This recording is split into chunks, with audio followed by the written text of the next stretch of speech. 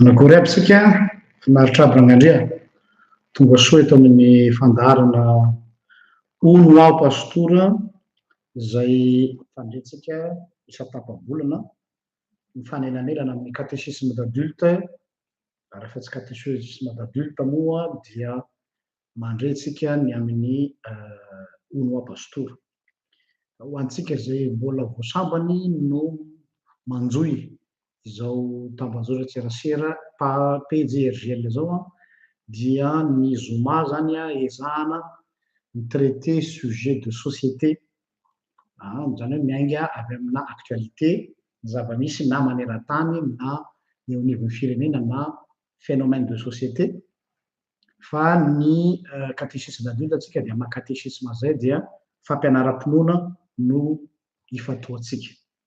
Ka androany ny lohahevitra dia araky ny efa nomenanareo tamin'ny tapakandro après-midi dia ny hoe ny fiandrianan'Andriamanitra na ny souveraineté de Dieu manoloana ny fahefana politika na ny pouvoir politique. Zany hoe ito ny pouvoir politika ity ny souveraineté de Dieu. Fananina mihitsy ny fidianana le tena souveraineté satria mbola misy karazana hiérarchie zany hoe souverain zany mbola ambony noho ny pouvoir. Ka efa hita tsara raha sady zany rapport de force ny pouvoir politique dia subordonné ny souveraineté divine. Kanefa dia tiany mpanao politika ary tamin'ny herinandro iny ny sesisesy zay zavatra zay fanambarana hoe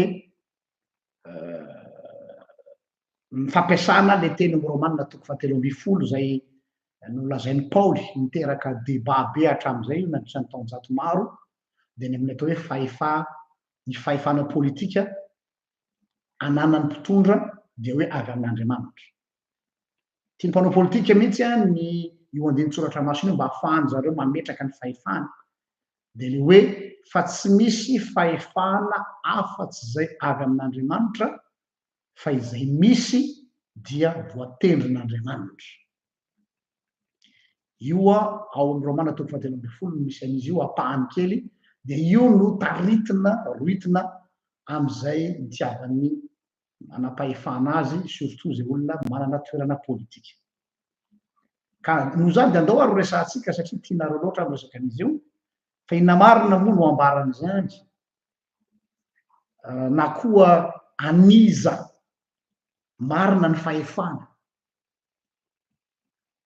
ary move zany fahefana zany dia maleo tena samy rery satria hoe arak'izay hoe mila soumettre eo anatrehan'ilay fahefana dia tsy miankin-dova zany ilay fahefana fa maleo tena samy rery. Io zany ny problema reo zany problématika ho jerentsika eto. Eny ary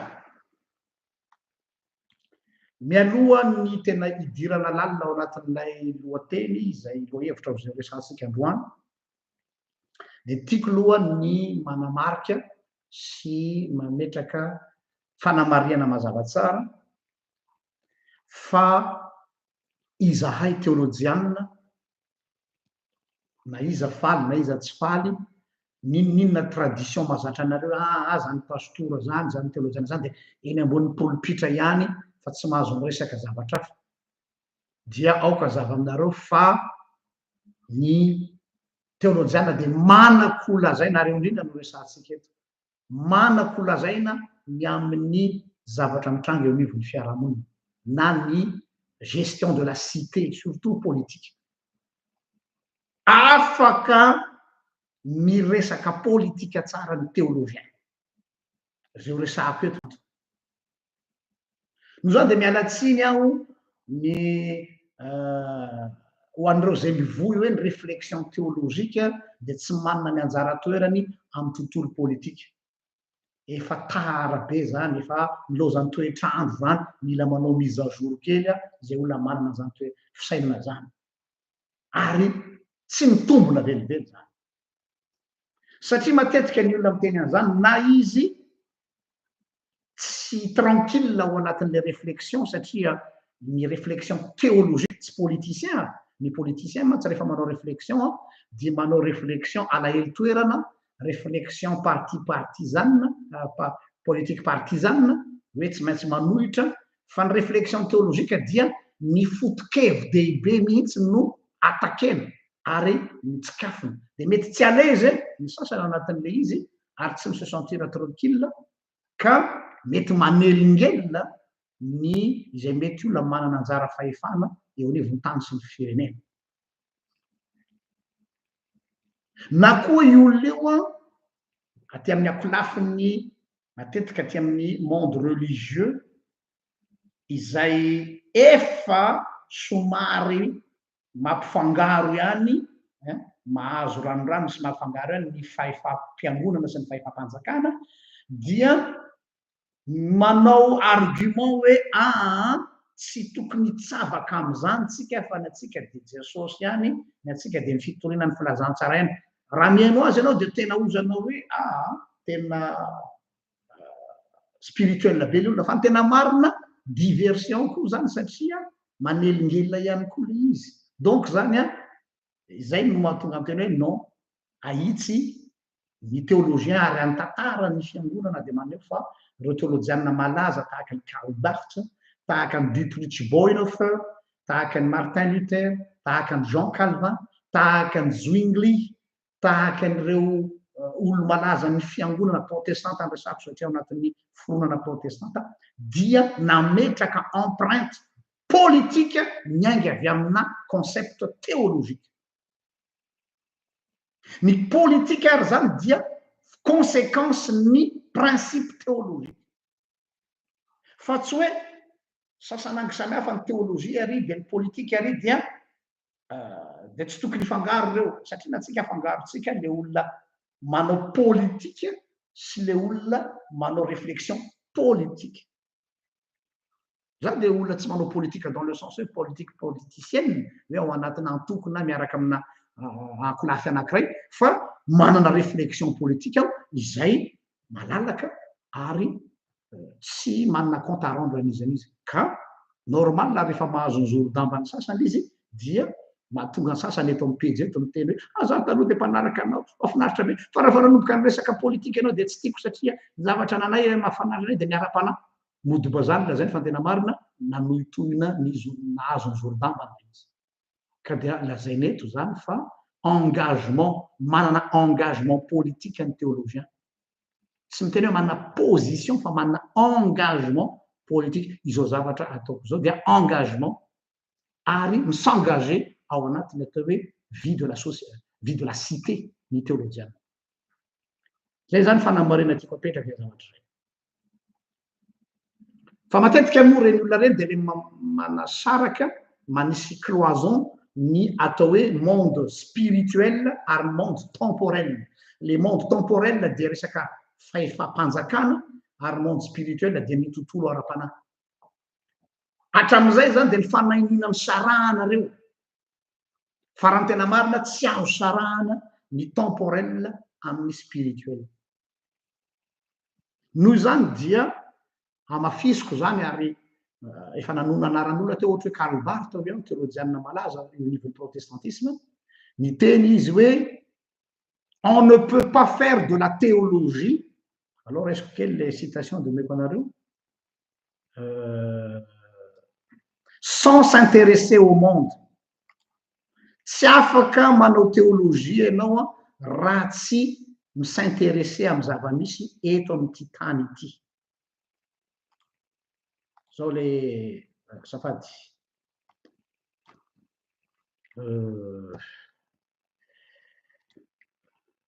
On ne peut pas faire de la théologie sans s'intéresser au monde.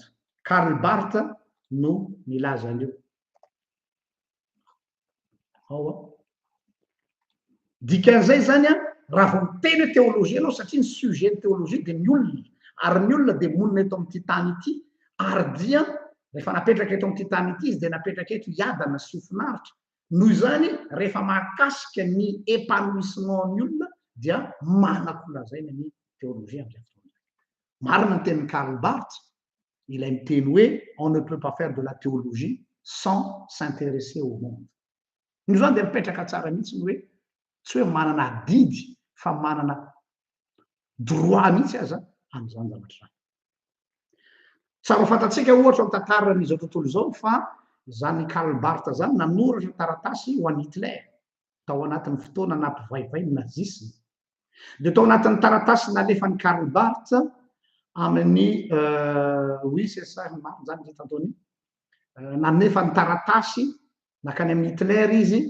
izay mitenenany hoe tandondondò zao izy ny monde de la théologie am'izao zava-misy amin'ny nazisme zao satria mieritriretina onam-panginana mihitsy zany ny théologiana ka zay olona tsy miprêter allégeance amin'ny Hitler dia nahazo menace de fermeture io zany efa tentation ny mpitondra rehetrarehetra rehefa ny mpitondra no mahazo fi amin'ny fitondrana ka raha misy théologiana izay masaky ny milaza zavatra mikritike tsy ilay olona fa mikritike ilay principe dia raisina foana hoe opposition de tratrany menace tahaka nazo andry ry tantarany Karl Barth zany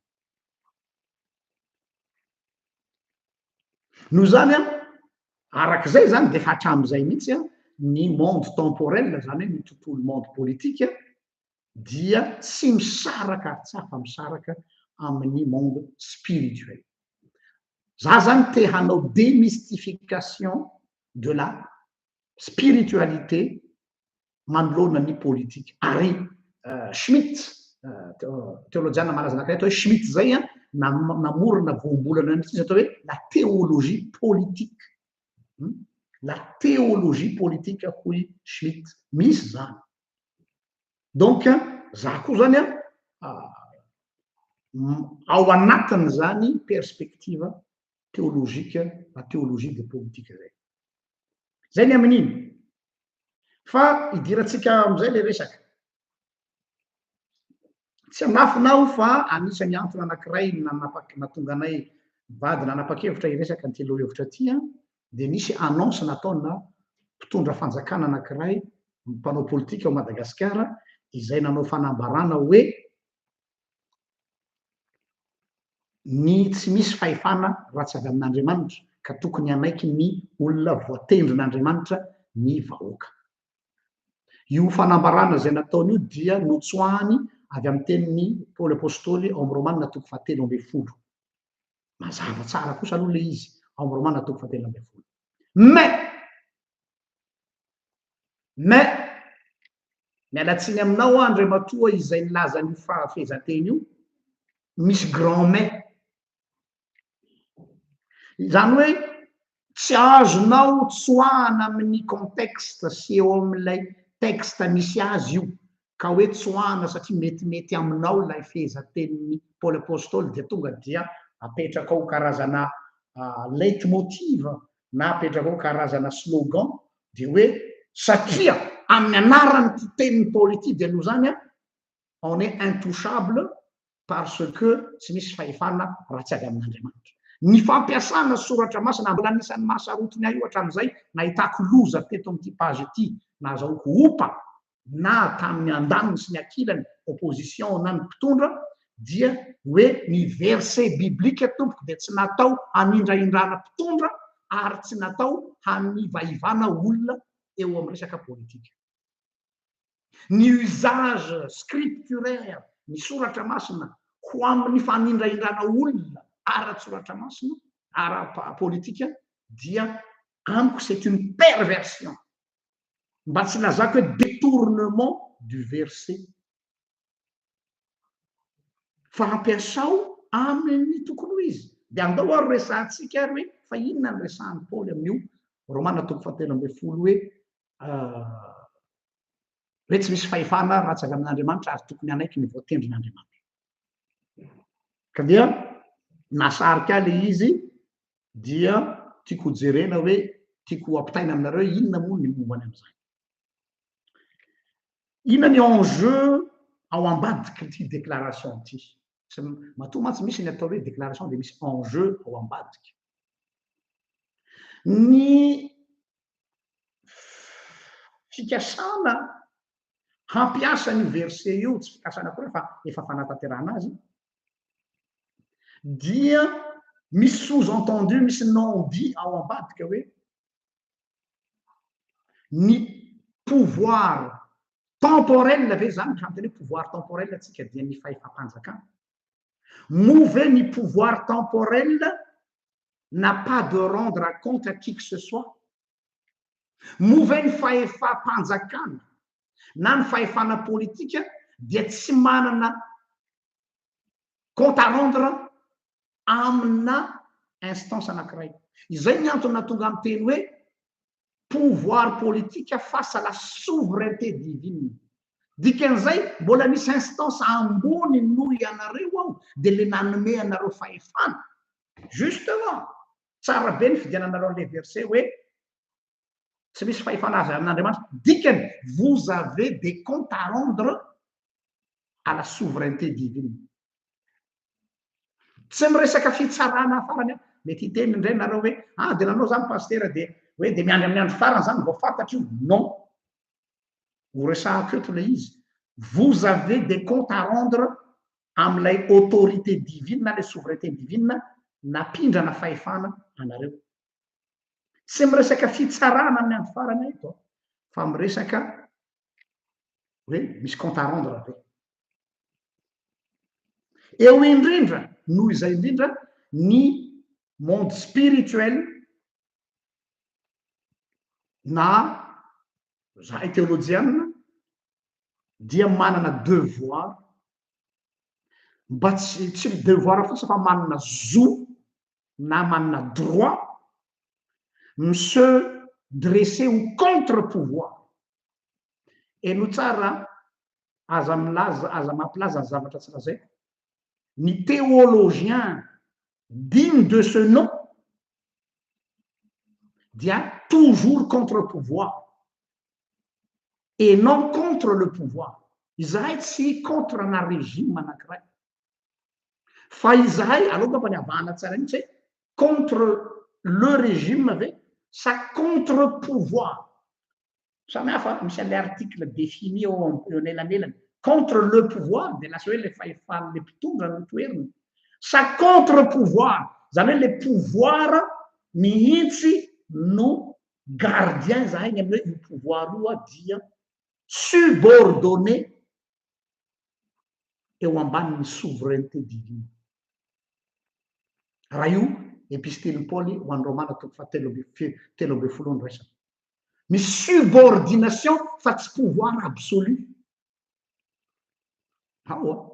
or raha enona lay fameho-kevitra de ohatrany hoe satria zay nandray fahefana avy any ambony de dikany on a le pouvoir absolu non le pouvoir est subordonné à la souveraineté divine donc ao anatin'izay izahay théologienne dia manana devoir tahaka nataon'ry Karl Barth tahaka nataon'ry Calvin tahaka nataon'ry Dietrich Bonhoeffer ny hoe une voix qui s'élève dans la population pour être un contre-pouvoir nizaniza eo amin'ny fitondrana mety ho rakotondray raha afakapitso mety ho rasondray raha afakapitso de mbola eto zahay hanao contre-pouvoir foana mba hanao garde fou satria tentation ny raha olombelona rehefa manana fahefana de ny manao abus de pouvoir tsy vo zao zany fa hatramy tantara zao tontolo zao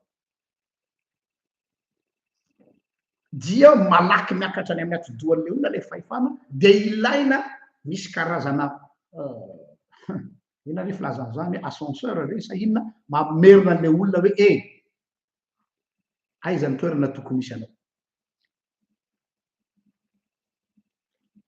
noho zany io fahefana zay takinareo io zany hoe zoanareo le hoe réclamevanareo io hoe avy amin'Andriamanitra ary tena marina zany za tsy mandany zany mihitsy tsy discuter ny tenin'ny soratra masina io dia izahay koa dia tehiteny aminareo hoe izahay en tant que ministre du culte zay ny fomba fitenanay ministre du culte dia mampatsiaro anareo hoe fahefana nindramina io fahefana ho am-pelatananareo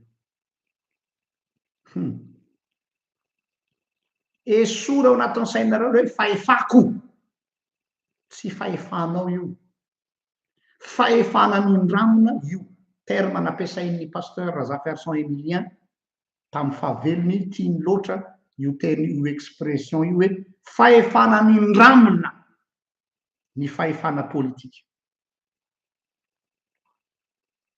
noho izany amaha fahefana nindramina azy dia manana devoir ianareo manana obligation ianareo qui rendre des comptes ary ity no zavatra anankiray qui dit fahefana nindramina azo tsoahana aminao zany fahefana zany tsy ianareo rery fa ohatra zany koa ny mpitandrina na ny pasteur raha miresaka hoe ny pasteur reny aho atao ordination amin'ny andro anaovana ordination ny pasteur na consécration na mpitandrina dia tsy hoe omena pouvoir magique ny mpitandrina na ny pasteur amin'ny andro io fa fanomezana azy ordre fahefana hoe endreketanao reto vahoaka reto fa manana compte à rendre ianao ary amin'ny fotoana tsoahany fiangonana aminao izany ordre izany dia miverina ho laika ianao zany hoe afaka miala ilay pouvoir fa tsy permanent tahaka zany koa raha tsy diso anareo any amin'ny tafika rehefa misotro ronono nareo na rehefa esorina amin'ny toeranareo dia miverina any amin'ny vahoaka dia mitovy ny principe tahaka zany koa ianareo mpitondra ny fonction anareo no masacré an'le titre fa tsy le personne anareo no koa no sacré dikan'izay a satria nareo mirendre des comptes am'le souveraineté divine dia afaka esorin'Andriamanitra aminareo koa izany titre izany eo ny tiako atongavana afaka manaisitra ny fahefana eo am-pelatanan'ny gouvernant Andriamanitra rehefa izy no manapa-kevitra an'izany tsy hoe une fois nomena fahefana ianao dia c'est pour l'éternité na pour toujours fa limité misy zavatra tiako atongavana andreo zavatra rehefa avy eo exemple concret omentsika ao amin'ny soratra masina mba tsy hatonga ny resakitsika maniditsidina eny amin'ny habakabaka i Saoly mpanjaka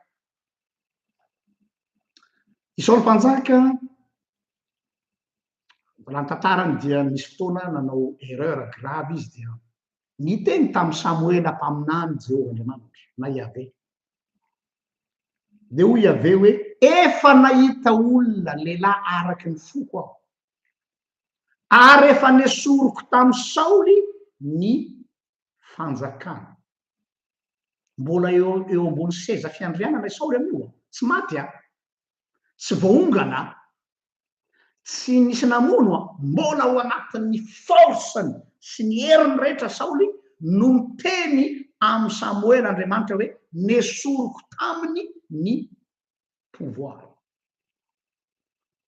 arao tsara le raisonnement or izy mbola au pouvoir nesoroko aminy ny pouvoir or il est encore sur le trône d'Israël dia naniraka any Samuel Andriamanitra nakany amin'ny Jesse dia hoe tadiavo any ny io olona efa araky ny foko io dia fantatsika ny tantara fa nitotona tany amin'ny Davida ny safidin'Andriamanitra iny tsy hidirako hoe ny fale suite le tantara ny mahafinaritra be I Davida rehefa voatondro fa izy tsy voatondro akory fa efa nosorana. Zany hoe ny zavatra nataon'ny Samuela mpaminany eto zany raha ataony dia karazana coup d'état ihany institutionnel ary matapa-doza zany trahison envers le trône royal. Or Andriamanitra naniraka azy fa izao tsy avy hatrany i Davida dia naka ny fitondrana fa i Davida dia mbola au service du roi. Tena tantara mahavariana. I Davida manompo ny mpanjaka io efa mahafantatra fa izy no voafidy ho mpanjakan'Israely aorianan'ny Saoly. Fa i Davida tsy nakan-keriny zany fitondrana zany. Ary misy fotoana aza tratrany dépression Saoly.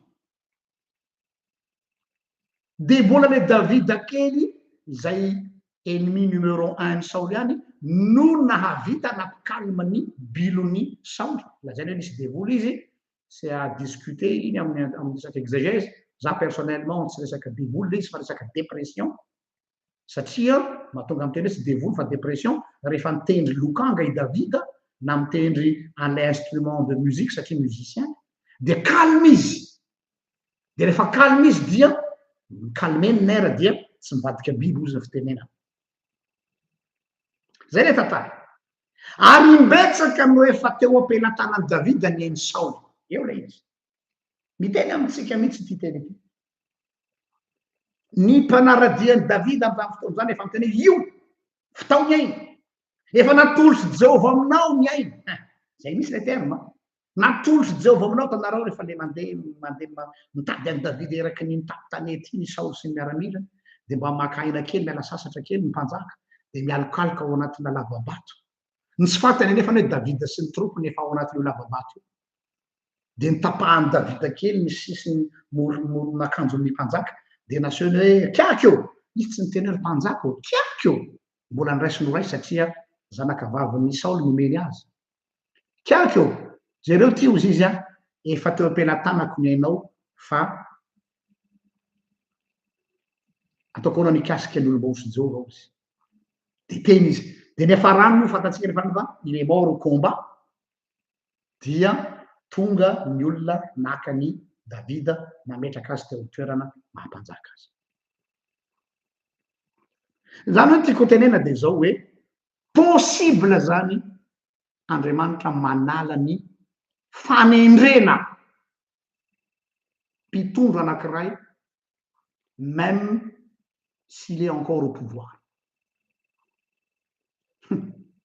Bibliquement parlant, moi je ne dis rien, je ne fais que relater la Bible. Possible zany Andriamanitra manala ny fanendreny satria araky ny teninareo teo ero Romana 4:11 hoe tsy misy olona eo amin'ny fitondrana raha tsy voatendry. Ary ny fahefana dia avy amina Andriamanitra. OK? Donc par ricochet, Dieu a le droit et le plein pouvoir abroger une nomination. Ohatra n'ireny anazy conseil des ministres, conseil du gouvernement, hoe décret fanendrena ny rano na ho lasa ministre na ho lasa dirikavy na lasa secrétaire général na ministère zao ary misy koa décret miabroger an'ilay fanendrena dia miala izy amin'ny toerana fa misy misolo azy. C'est la même chose izy. Davida dia niandry an'izay fotoanan'Andriamanitra zay. Eo indrindra ny fitena question de temps ce n'est qu'une question de temps tamin'ny Saoly. Zany hoe nanomboka ny fotoana izay nakan'Andriamanitra fanapahan-kevitra fa tsy Saoly intsony no mpanjaka fa Davida nefa mbola eo amin'ny fitondrana ny Saoly dia nanomboka eo ny compte à rebours ny Saoly. Tic-tac, tic-tac, tic-tac jusqu'à tonga ny fotoanan'Andriamanitra, io le kairos n'Andriamanitra, le temps de Dieu. Ary io temps de Dieu io amina fotoana tsy ampozina. Nieritreritry ny tropony Davida hoe izao ny fotoanan'Andriamanitra tadidinareo le eo am-pelantanan'i Davida ny ainy Saoly. Foziny hoe non, c'est pas le moment. Dia mety ho lasa kivy ihany le tropony trompony David aty koa ranga sarotra atao eva io il suffit de vita de ozy David non pas comme ça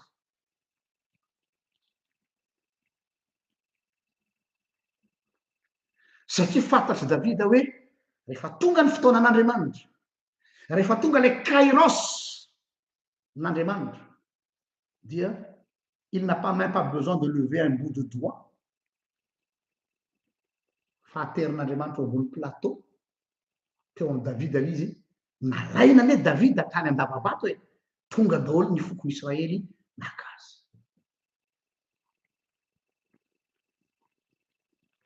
no zany aoko tsika hitandrina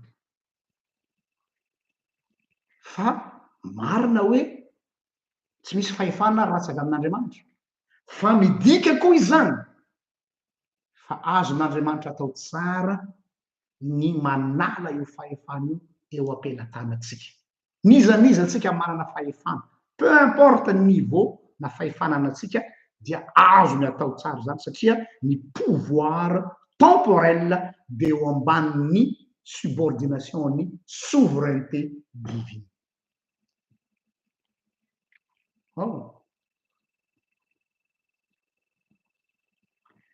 exemple faharoa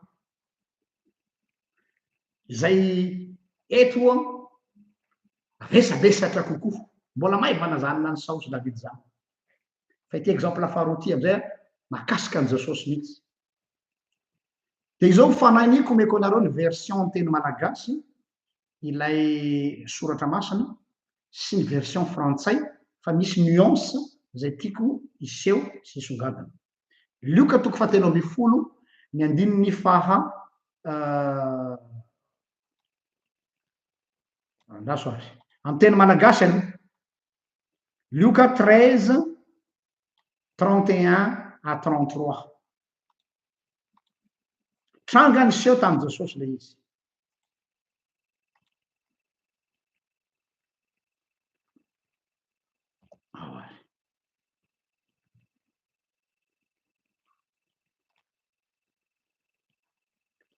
Luka 13 31 à 33 ina ny voalazao ny anaran'i Jesosy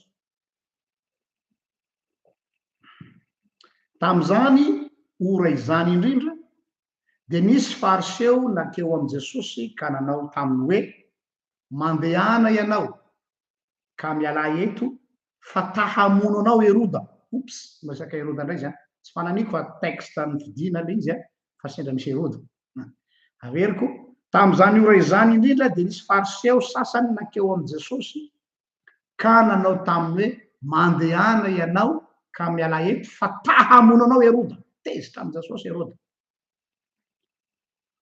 fa hoy izy taminy hoy Jesosy eto mandehana lazao am'izany amboa haolo izany to miteny rasy Jesosy lazao am'izany amboa haolo izany mety tsy mahazatra atsika kristianina puritaniste pietiste mihaino an Jesosy manao teny mahery mba tokony atao ampitiavana le fananarana pastora fa tsy mba atao ohatrany atsika mandeha amin'ny fitiavana vakio Luka 13 31 33 lazao am'izany amboa haolo izany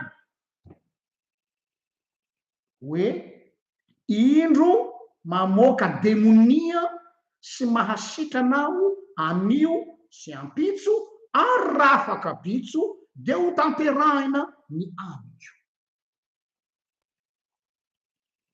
zay ny amy teny malagasy eto am'izay ça va être encore plus salé plus cru amy teny frantsay teny malagasy matsy tsika malagasy matsy manana le culture pudique zany hoe olona malala fomba ny gasy tsy mivatambatam-piteny fa somary miolakolaka mba tsy handratra ny sofiny olona fa amin'ny dika teny frantsay izy somary mandradratra sofina kanefa izany noho izy de adikako aminareo ay teny frantsay eto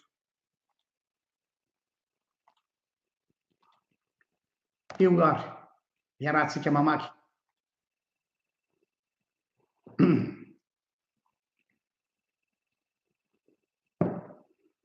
à ce moment même quelques pharisiens vinrent lui dire Va-t'en par ici, d'ici, car Hérode veut te tuer. Il leur dit, allez dire à ce renard. Ouh là là là là là là là.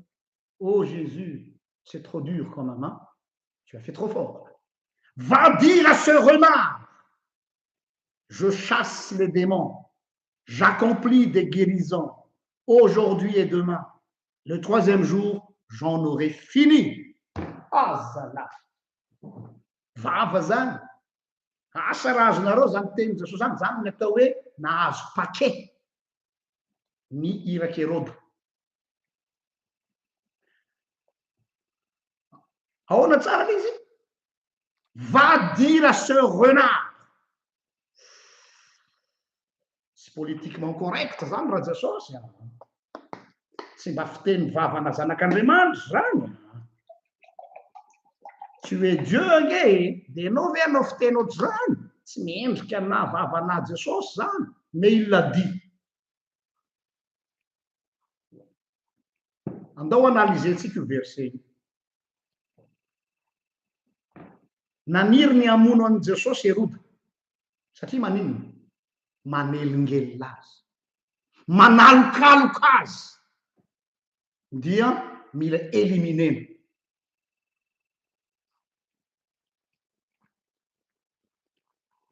Dia tellement zany le feo efa malaza be eraky ny Israely hoe tena ho faty ty Jesosy ty. Ny olona indray nangoraka an' Jesosy hoe andana mitsoka fa maty eto ianao.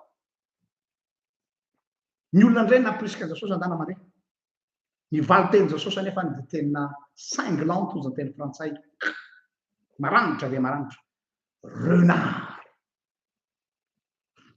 Hainareo moa zany renard zany. Renard zany dia mitovy amin'ny fosa. Na dia tsy mitovy aza. Alika dia any Etiopia. Inona ny renard? Adin'ny olona tia Eropa aty ny renard mpangalatra akoho.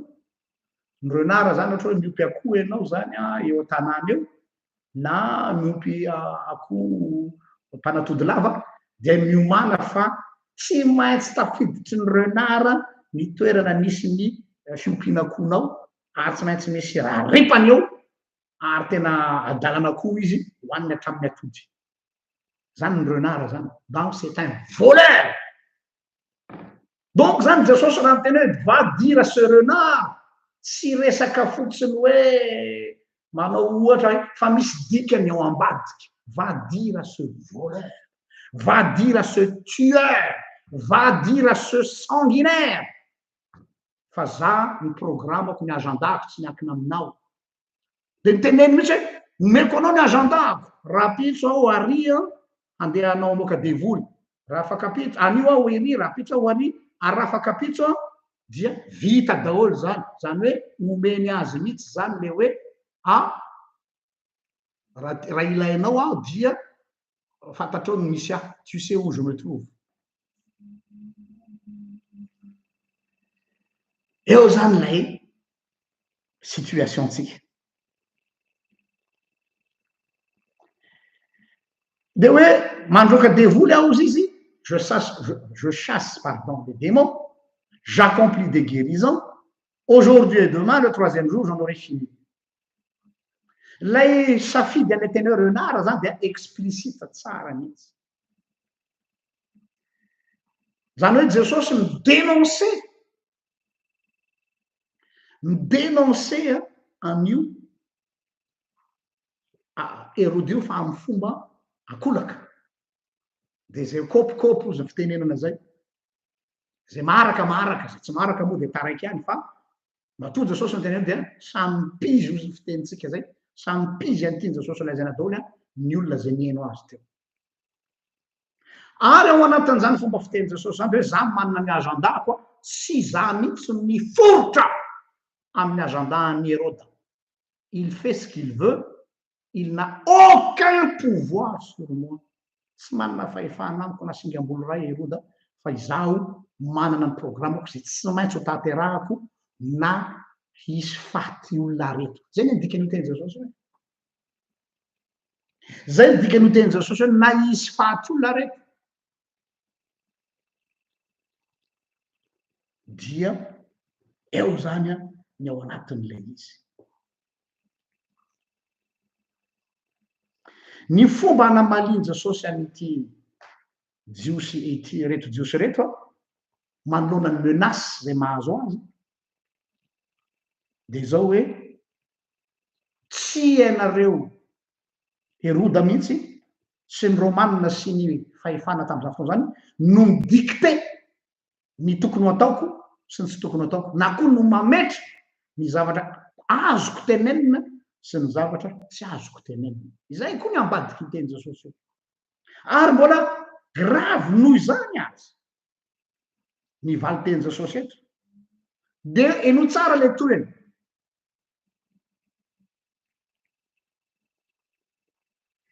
Mandehana lazao aminy eno le gagabe hoe fa manina moa Jesosy miteny an'izany. Ina ny idiran'le resaka mamoaka devoly nefany a miresaka eto ny olona hoe andana mitsoka ianao fa ianao tadiavin'ny Herody vonoa. Jesosy jamais miteny zavatra comme ça fotsiny zany fa matoa izy miteny zavatra anankiray dia misy ao raha. De zany mandika hoe fa maninona moa Jesosy miteny hoe lazao hoe izy fa za mamoaka devoly. Arao tsara le raisonnement hoe inona moa no ratsy ataoko? Fa zanga moa miady aminao, zanga moa miady amin'ny fanjakanao, zanga moa mikomy aminao, zanga moa mitariky ny vahoaka se révéler contre anao. Ny zavatra ataoko dia ny mamoaka demonia ary manasikana marary. Inona ny problème amin'izany Heroda? Or nefany a tena izay mihitsy le problème. Azonareo le ambivalence ao anatin'le resaka. Eo mihitsy le problème. Non?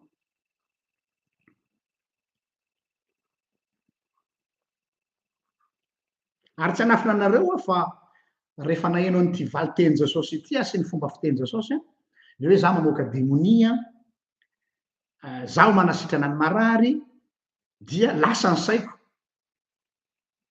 hoe subtile be zany valy teny Jesosy zany, misy sous-entendu grave be zany, misy fantsy ozy ny fitenitsika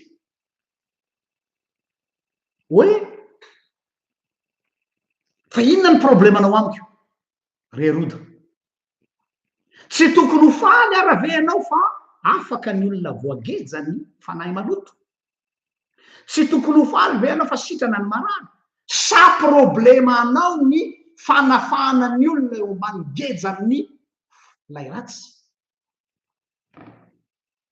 Ah, là Jésus touche là le corde sensible. Problema ny rangahy ve ny fanafana ny olona eo ambany vahoan'ny fanahy maloto? Tsy hitako mihitsy ozy Jesosy ny olana amin'le izy. Ao azonareo ve le raisonnement Jesosy eto? Zany hoe ny sous-entendu zany hoe raha sanatrika mirodana zany ny fanjakan'ny maizina. Raha sanatrika roan Jesosy eto satria Jesosy mahafantatra ny zava-miafina rehetrarehetra ary miady amin'ny herin'ny maizina dia mirodana koa ny fanjakana. Ny sous-entendre zany hoe ny fanjakan'io Herody io zany miorina amin'inona? Miorina amin'ny fahefan'Andriamanitra ve? Sia, miorina eo ambonin'ny fanjakan'ny aizina. Ka raha resan'i Jesosy ny fanjakan'ny aizina dia mirodana ny fanjakan'ny Heroda. Any ny vrai problème an'ny Heroda. Dia mbola ampin'ny Paoly le teny any amin'ny Efesiana toko 5:12 natonga anahy nanao an'le lien sy nampifandray an'le izy. De ity teny amin'ny Efesiana toko 5:12 ity no nalasa saina. De omeko anareo le izy ohatra nataontsika tao hoe ataoko version malagasy aloha de avy eo version française.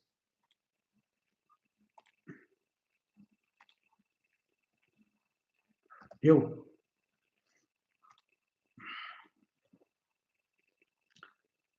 Paulus Paul apôstôly ao amin'ny Efesiana.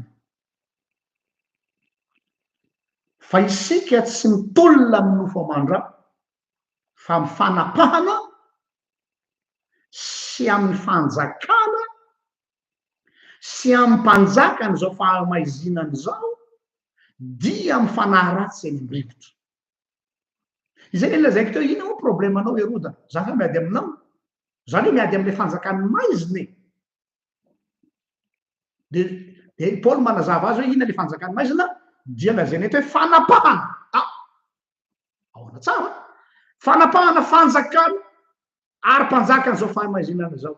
Ary eny amin'ny rivotra izy. Meko anareo ny teny frantsay dia ho azonareo amin'izay le tiako hatongavana hoe fa maninona no nampifandray an'izao verset ny Paul zao amin'ity resaka Jesosy ity.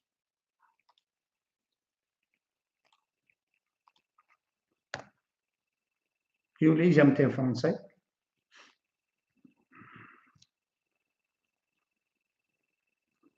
En effet, ce n'est pas contre le sang et la chair que nous luttons, mais contre les principats.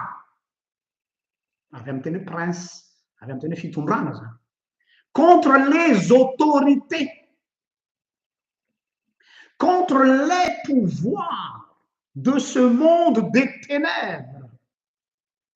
Il se tenait contre le pouvoir politique, contre le pouvoir du monde des ténèbres, contre les puissances spirituelles mauvaises qui sont dans les lieux célestes. D'ailleurs, principat, autorité, pouvoir du monde des ténèbres. Rezany le voambolana anankitelo izay tiako hisongadina amintsika eto.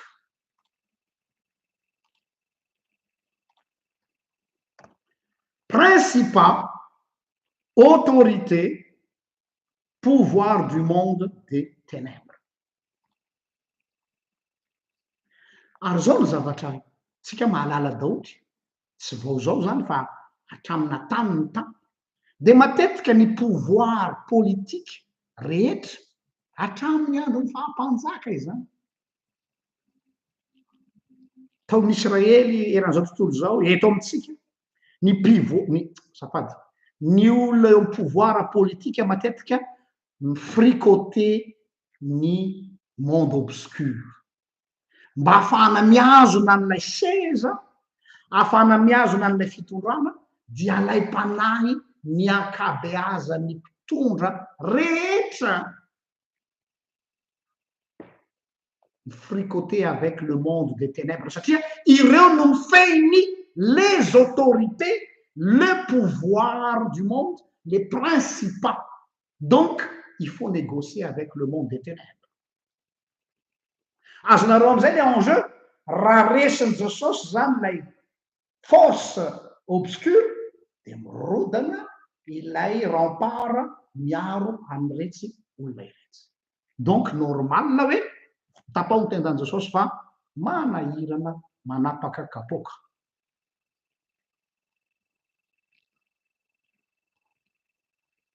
Ny goût du pouvoir, ny tsirony fahefana, dia manova ny fisainan'ny olona rehetrarehetra mihitsy. Ohatra zao César tany Roma, dia izy mihitsy no nanao autoproclamation ny tenany. Tellement, zay le hoe tellement izy niakatra any amin'ny lohan'ny César ny fahefana noho izy empereur. L'empire romaine zany tena hoe zany civilisation natanjaka indrindra tamin'ny andron'i Jesosy. Tellement zany izy le numéro un, dia il se croyait pour Dieu, il se prenait pour Dieu, mihevitra azy ho Andriamanitra. De namorona anarana mihitsy izy ilazany ny tenany ny Kaisara zany, de ity le anarana nampiasain'ny Kaisara, souverain pontife.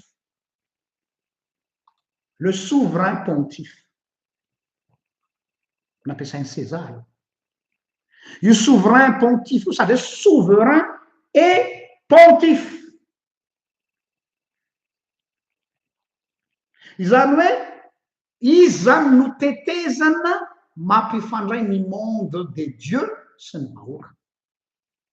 Izy zany nandray délégation de pouvoir avy amin'ireo Andriamanitra, ka demi-dieu izy, mba tsy lazana azy Dieu mihitsy, ary zay ma demi-dieu zay nanana ny fahefana manjaka amin'ny olona. tanareo am'zay izy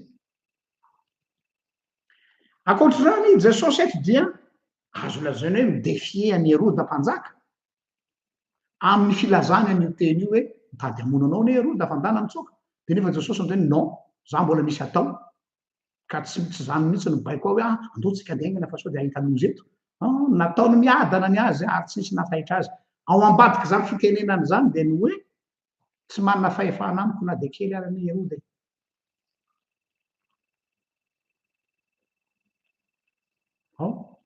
noho zany dia ny tiana tongavana zany zao hoe fahefana anankiroa samihafa tokoa pouvoir roa samihafa ny fahefana politika sy ny souveraineté de Dieu kanefa ny pouvoir ny fahefana fanjakan'Andriamanitra manoloana ny pouvoir politika na temporel dia io fahefana ahoana filaza zany io fahefana ny fanjakan'Andriamanitra io no limité ny fahefana ina filaza zany fahefana temporel io fahefana ny fanjakan'Andriamanitra io no manana fahefana limité ny tenentsika teo hoe Andriamanitra afaka manaisotra ny nomination ny mpanjaka nataony tamin'izao zany ka mieritreritra ny olona hoe ny fanjakan'Andriamanitra dia any de ny fanjakana politika aty de hoe samy mananitra ho azy non oui samy manana tontolony fa ity fanjakan'Andriamanitra ity dia manana autorité am'ilay fanjakana politika mametra azy zany hoe ny fanjakan'Andriamanitra zany dia lazaina hoe méta politique ao ity ny terme ilazantsika azy ato avy amina spécialiste anankiray ao amin'ny théologie politique méta politique de omeko anareo eto ny sensiny atao hoe méta politique ny fanjakan'Andriamanitra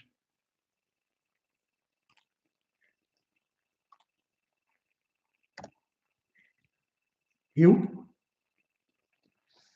ny méta politika dia tsy eo ambanin'ny fahefan'ny politika ny fanjakan'Andriamanitra ary tsy eo amboniny koa kosa aloha de tsara zava tsy eo amboniny fahefana politika fa méta politika zany hoe après tanareo zao le hoe métaphysique hoe ty zao ny lalàna fizika de misy zavatra zay limité ny fizika ny manazava azy de tsy voazava antsony de ny aorinan'zay de atao hoe métaphysique ao izy ny mpandinika de ohatr'zay koa méta politika hoe misy limitiny ny pouvoir politique ary après io dia ny fahefana méta politique donc ny fanjakan'Andriamanitra dia afaka miditra tsehatra ao anatin'izany resaka zany de rehefa nandinika an'izay aho zany de hoe nampatsiaro an'ilay teny malaza ao amin'ny bokin'ny Daniel toko 5 andiny 5 ka hatramin'ny 9 io tonga de nitsaroko tao an-tsaiko de omeko anareo le izy Daniel 5:25 à 28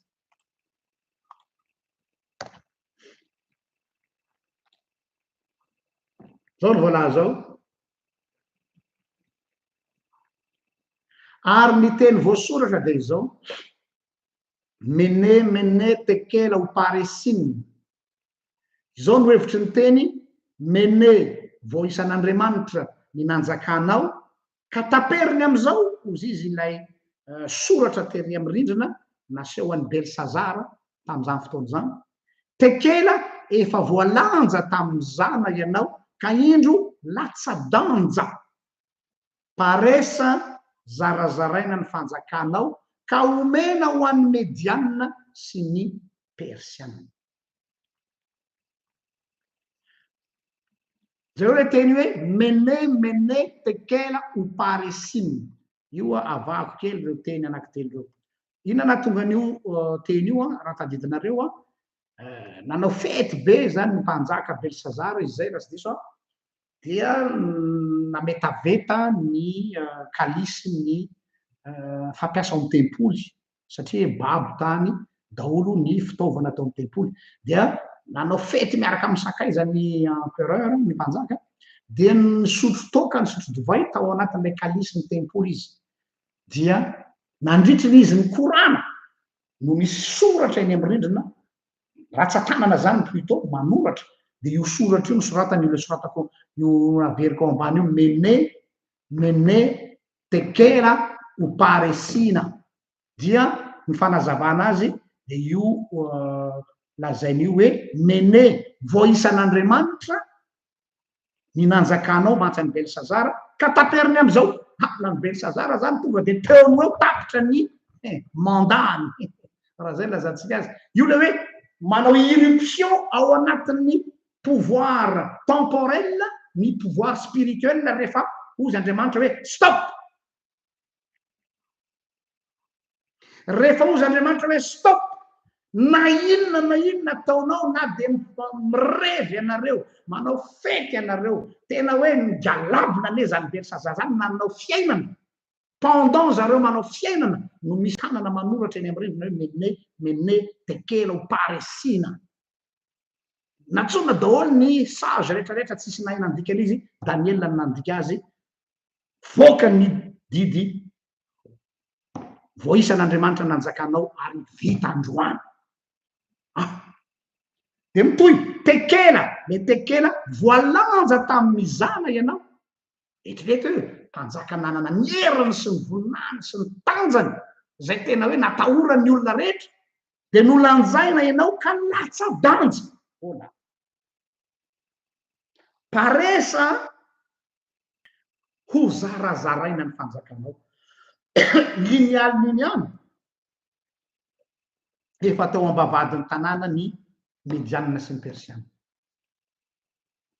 rava ny fanjakan'ny Belsazara io le lazaiko hoe misy fotoana io fanjakana spirituel io mystika amin'ny teny sapady zay le côtéako mamystika zay mety ozy nareo mpanofy anao revingady zany tsy manino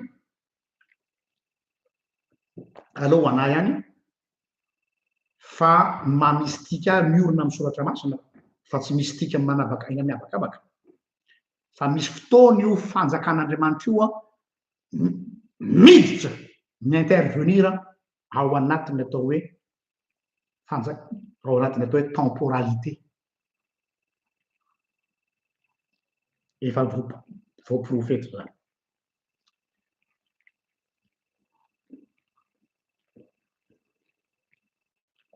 feny hijanonao teboka telo raha tsy efa tsakoana ity texte ny Paoly ity zany fa manatoko fahatelo ambin'ny folo hoe tsy misy fahefana azatsy avy amin'Andriamanitra ny fahefana rehetra de avy amin'Andriamanitra de zao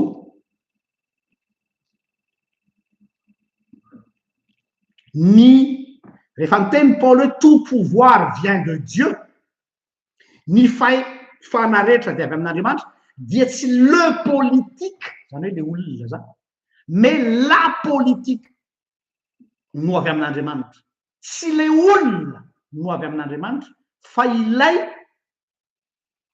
rafitra le ordre c'est la politique l'ordre universel l'ordre préétabli efa napetrak'Andriamanitra io no avy amin'Andriamanitra io le lazaina hoe tsy misy fahefana ratsy avy amin'Andriamanitra zany Andriamanitra nametraka ordre universel hitondrana ny tany rehetra eto ambony tany fa tsy le politique dia le olona mitondra fa l'ordre na la politique avana tsara le politique le olona la politique il est ordre universel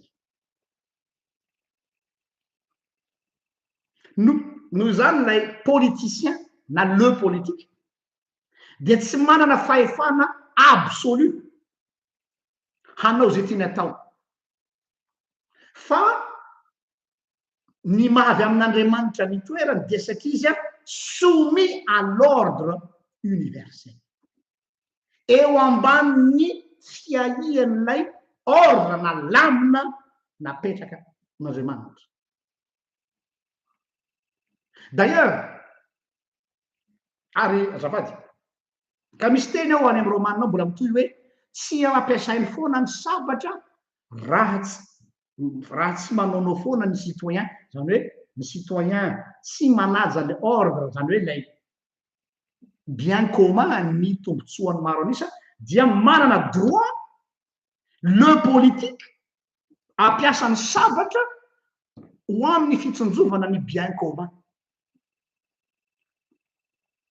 Fa raha ohatra kosa ivelan'izay cadre le ordre universel, le hoe bien commun, dia tsy manana droit mampiasa sabatra le politique amin'izay fotoana izay. Ohatra ny lalàna ny polisy any era-tato, ny fampiasana ny arme dia tsy hoe rehefa ty hampiasa arme ny polisy dia mahazo mampiasa an'iny. Ary d'ailleurs rehefa après attaque izy dia tsy maintsy manao rapport izy hoe inona no justifie ny nampiasanao an'ilay fitaovam-piadina. Dia ohatr'izay koa hoe tsy hoentinentiny foana ny sabatra hoy Paoly, fa hoentiny hamaly fitia izay manao zavatra tsara sy manasazy izay manao zavatra ratsy. Faharoa, andeha hojerentsika amin'ny baiboly grika, le romanina 13 io le hoe ny fahefana rehetra dia avy amin'Andriamanitra, tous les pouvoirs viennent de Dieu. Io dika amin'ny teny frantsay izy diso. Les deux, les prépositions de, ohatra hoe avy amin'Andriamanitra. Fa raha jerenao le place le nandikana le deux avy amin'ny teny grika dia hoe hypo, fa tsy hoe vient. Tout pouvoir vient de Dieu, zay le traduction mahazatra atsika. Fa eto ilay deux hypo amin'ny teny grek, mialatsiny. Hypo io tanareo hypoglycémie ohatra ny olona anankiray. Zany hoe ambany be zany ny taux de glycémie mian'le olona diabétique dia mahafaty zany. Zany hoe sous ambany.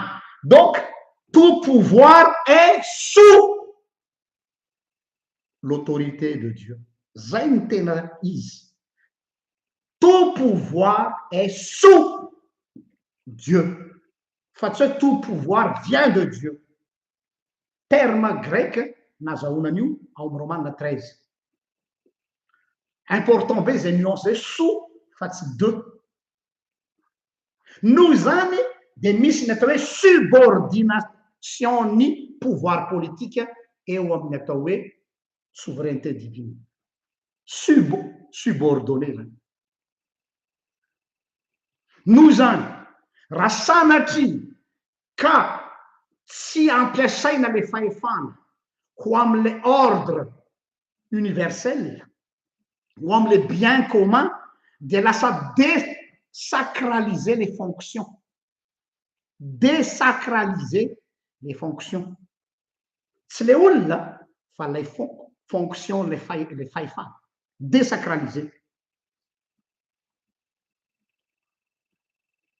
Ary rehefa désacraliser ilay fonction na mpanjaka teo rehetra Israely na tany misy fanjakana rehetrarehetra, dia mitarika déchéance n'ilay olona eo ny andraikitra n'ilay fonction. Io na tonga an'Jehovandriamanitra ny teny tamin'ny Saoly hoe, tamin'ny David, tamin'ny Samuel hoe désacraliser ny Saoly ny fonction royale. Ka nesoriko taminy les fonctions, les postes mbola ao.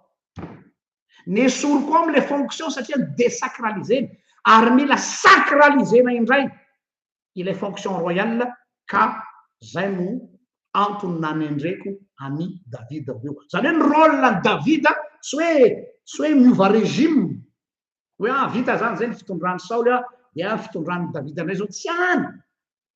Ny planin'Andriamanitra dia zao hoe satria désacraliser les fonctions royales dia mila sacralisena indray, zany hoe averina amin'ny hasiny.